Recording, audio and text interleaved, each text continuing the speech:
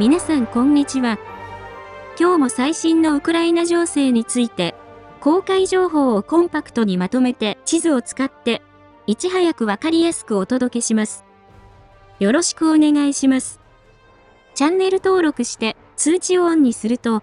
動画公開時に連絡が来ます。過去の動画も再生リストから合わせてご覧ください。ウクライナ情勢。ロシアがキーウに侵攻してから940日となりました。まずは全般的な事柄です。ウクライナ軍の参謀本部の最新の発表によると、ロシア軍の損失は、兵士1340名、戦車20両、装甲戦闘車39両、砲35門、防空システム2機、巡航ミサイル1発、ドローン52機、その他車両65両、となっています。戦線全体では、1日で187回の地上戦の報告がありました。そして、視覚的に確認できるウクライナ軍の装備の損失数とロシア軍の損失数の比率は1対 2.4 で、ウクライナ側の損失数に比べ、ロシア側はその 2.4 倍になります。ロシア側の損失は軍用トラック、ピックアップトラックが多く、反対にウクライナ側は対地雷装甲車、ピックアップが目立ちます。ウクライナ情勢に関するニュースを厳選して、簡単にお伝えします。YouTube のチャプター機能で必要なところを見ることもできます。1番目。連日お伝えしているロシアトロペツの弾薬倉庫の大爆発について、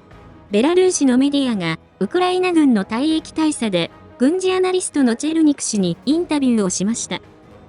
同氏は爆発の規模について3万トンの弾薬が爆発したと推定され、記録された地震の大きさからすると、これは15キロトンの核爆弾に相当し、ちょうど広島に投下された原爆と同じ規模になると指摘しました。なお、当時、保管庫には300人のロシア軍関係者がいたと推定されていますが、跡形もなく消滅したと言われています。また、失われた弾薬は、ロシア軍に大きな影響を及ぼすことは間違いないと指摘し、爆発した3万トンすべてが BM21 グラードのロケット弾と仮定すると、これは46万発で、ロシア軍が10ヶ月分で消費する量に相当し、仮に82ミリ砲弾だとすると、それは1000万発で1年半の消費量に相当すると説明しました。また、弾薬庫はロシアの最新技術で最近建設されたものであったため、工事が手抜きだった可能性が高く、今後、関連部署の人物が逮捕され、ロシア軍の内部抗争に発展するだろうと指摘しました。2番目。また、ディフェンスエクスプレスでは、今回の大爆発が今後も起きる可能性が十分にあると分析しました。記事では、ウクライナから700キロ圏内に6カ所のロシア軍の兵器廠、弾薬の修理、保管を行う施設があると指摘し、今後も同様な攻撃と爆発が起きる可能性があると指摘しました。今回大爆発を起こした兵器廠の規模は面積5平方キロメートルでしたが、モスクワの東にある第73兵器廠は面積が7平方キロメートルとより大きく、今回破壊された兵器廠と同様に近代化改修が行われ、首都に近いことから貴重な軍事物資も保管されている可能性があると指摘しました。この場所はウクライナ国境から650キロ離れていて、ウクライナの新しいロケットドローンパリャニツァの射程圏内にあります。3番目。ロイターによると、インドは砲弾を欧州経由でウクライナに提供し、ロシアが繰り返し抗議しても対処しないことが分かりました。インド当局者3人によると、クレムリンはラブロフ外相が直接抗議したことも含めて、少なくとも2回抗議していますが、インド政府は憶測に基づく誤解を招くものだとして取り合っていないとのことです。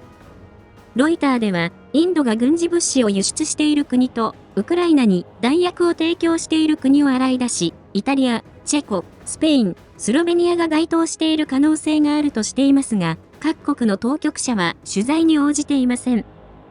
これについて、安全保障の専門家でロンドン大学のラドウィグ氏は、このことで、インドは、ロシアとウクライナの紛争においてロシア側に立っていないことを、西側諸国のパートナーに示していると分析しています。それでは、各地域の戦況です。戦況の変化のあるところを中心にお伝えします。その変化は、大画面でフルスクリーン表示にしていただくと、日付とともに追いかけることができます。説明にあたり、ルジアンやルシアン軍など YouTube 用に最適化した表現でお送りしますのでご了承ください。北東部クルスク方面、ハルキウ方面。8月6日にウクライナ軍がクルスクに侵攻してから44日となりました。クルスク方面。作戦に影響を与えるクルスクの天気は晴れ。最低気温10度、最高気温24度。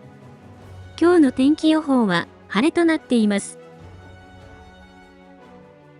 ウクライナの偽情報対策センターのコバレンコ所長は、ベラルーシメディアのネクスタのインタビューに答え、クルスクのウクライナ軍は、本当の機動戦とは何かをロシアに見せつけていて、10月1日までにクルスクを奪還するクレムリンの計画は阻止されつつあると述べました。一方、RBC は、匿名の当局者の話として、クレムリンは10月中旬までクルスクからウクライナ軍を追い出し、10月末までに国境地帯のウクライナ側に緩衝地帯を作るよう命じたとのことで、今後、この方面でルシアン軍は攻勢を強めてくる可能性があります。グルジボ方面。この方面では、ウクライナ軍が攻勢を行っています。そのうち、ノビプットの西にあるボルフィノでは、ウクライナ軍の地上ロボットがルジアンの陣地に突入し、ルジアンが陣地を放棄して撤退しました。ご覧いただいているのは、ウクライナ軍のもので、7.62 ミリ機関銃を取り付けた地上のドローンが地雷原を抜けてルジアンのいる陣地に近づき、人間が迫撃砲で支援して、最後はルジアンが陣地を放棄して撤退した様子の一部となっています。戦況図では、この付近を係争地の拡大として更新しました。人類史上、ロボットが突入して敵を撤退させる例は初めてではないでしょうか。また、ウクライナ軍は、グルジボ方面のベセロエとメドベジェ中心部に攻撃した情報がありますが、こちらは戦況図に変更はありません。それ以外では、ルシアン軍は、マラヤロクニャ方面のシュプツクホフか、その南東10キロにあるナイデノフに攻撃を行った情報がありますが、いずれも戦況図に影響のある情報はありませんでした。なお、ハルキウ方面でも、ルシアン軍は、フリボケで前進を試みるなど2回攻撃を行いましたが、いずれもウクライナ軍が撃退し、こちらも戦況図に変更はありません。北東部ルハンスク州方面。東部チャシフヤール方面。クピャンスクからチャシフヤール方面の戦況についてお伝えします。この方面でルジアンは、クピャンスク方面で15回、スバトベクレミンナ戦で18回、シベルスク周辺は3回、チャシフヤール周辺で4回、トレツクの方向に12回攻撃を行いました。スバトベクレミンナ戦。スバトベとクレミンナのちょうど中間にあるマキーウカでは、ルシアン軍が南から攻撃を行い、集落の半分程度を占領しました。また、その後も、ルシアン軍は川を渡って集落の西側にも浸透し、前進を図ろうとしています。ご覧いただいているのは、川の西側にあるキリスト教の教会の様子で、中に立てこもっているルジアンを建物ごと観察している様子となっています。戦況図では、ゼレベツ川の東側をルシアン軍が占領したとして、戦況図を更新しました。シベルスク周辺。ビムカでは、ルジアンが徒歩で前進を行い、ウクライナ軍がドローンで排除しています。位置情報付きの映像によると、ウクライナ軍は地図で示した道路付近で攻撃を行っていることから、ルジアンが前進したことが判明しました。ご覧いただいているのは、ウクライナ軍の撮影したもので、地図の付近の塹壕を観察しているところとなっています。この場所は、6月に一部ウクライナ軍が奪還したところでしたが、ロシア軍が占領したとして戦況図を更新しました。チャシフヤール方面。この方面で、ルジアンは、チャシフヤールへの正面突破を続けながら、主力は南北に回り込んで前進を試みています。そのうち、フリホリフカでは、位置情報付きの映像によると、地図で示した場所で、ルジアンの活動が観察されていて、ウクライナ軍がドローンでそれを阻止しています。ご覧いただいているのは、ウクライナ軍の第56自動車化歩兵旅団のもので、フリホリフカの集落の端にいるルジアンの様子となっています。この場所は、今年2月にウクライナ軍が奪還したところでしたが、その一部を再度ロシア軍が占領したとして戦況図を更新しました。それ以外のトレツク方面などでは、ロシア軍が攻勢を仕掛けていますが、ウクライナ軍が防衛し、戦況図に変更はありません。南東部ドネツク州、ポクロフスク、クラホフブレミフカ方面の戦況についてお伝えします。この方面でルジアンは、ポクロフスク方面で46回、クラホフ方面では40回、ブレミフカ方面で7回攻撃を行いました。ウクライナの防衛研究所によると、この方面のロシア軍は、1ヶ月ほど前は、複数箇所で同時攻撃を行い、ウクライナ軍の防衛を突破することができたが、最近では、兵士の数が不足し、一つずつ、順番に攻撃を行うようになったと指摘しています。ポクロフスク方面。1番目。北側正面のフロジフカでは、ウクライナ軍が戦車を出して防衛を行いました。ご覧いただいているのは、ロシア軍の撮影したもので、地図の場所で、ウクライナ軍の戦車が活動している様子の一部となっています。フロジフカでは、ウクライナ軍の防衛線が機能していて、ロシア軍の前進がゆっくりとなっています。戦況図に変更はありません。2番目。西側正面のマリニフカでも、ウクライナ軍は戦車を出して防衛を行っていて、位置情報付きの映像によると、ウクライナ軍は地図の場所で戦車1両を失いました。ご覧いただいているのはロシア軍のもので、地図で示した場所の様子となっています。こちらも戦況図に変更はありません。3番目。ウクラインスクでは、これも位置情報付きの映像によると、ロシア軍が町の西側の郊外で攻勢を続け、ウクライナ軍が T64 で反撃を行いましたが、この攻撃はロシア軍に撃退されました。ご覧いただいているのはロシア軍のもので、解像度が低いのですが、地図の場所にいるウクライナ軍の戦車を観察している様子となっています。この場所の東側で、ロシア軍が畑1枚分ほど前進したとして戦況図を更新しました。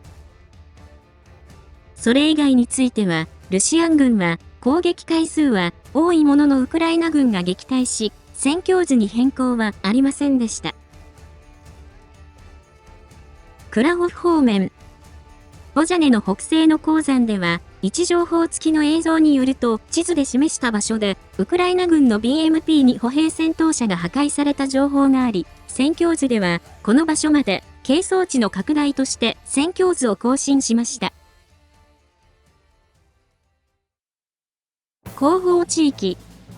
今日はマリウポリで爆発の報告がありました。また、クリミア大橋について、ウクライナ海軍のプレテンチュク報道官はテレビに登場し、クリミア大橋は修理が必要で、トラックの通行量増加に耐えられず、橋は劣化して崩壊するとの見方を示しました。クリミア大橋は、2022年10月に燃料タンクを積んだ列車が炎上し、大規模な火災に発展したほか、昨年10月には道路橋部分でも爆発しましたが、そのダメージから回復することはできない模様です。南部ザポリージャ州、南部ヘルソン州。この方面で、ルジアンはザポリージャ方面で5回、ドニプロ川の三角地帯で5回攻撃を行いましたが、これらの攻撃はウクライナ軍が撃退し、戦況図に変更はありませんでした。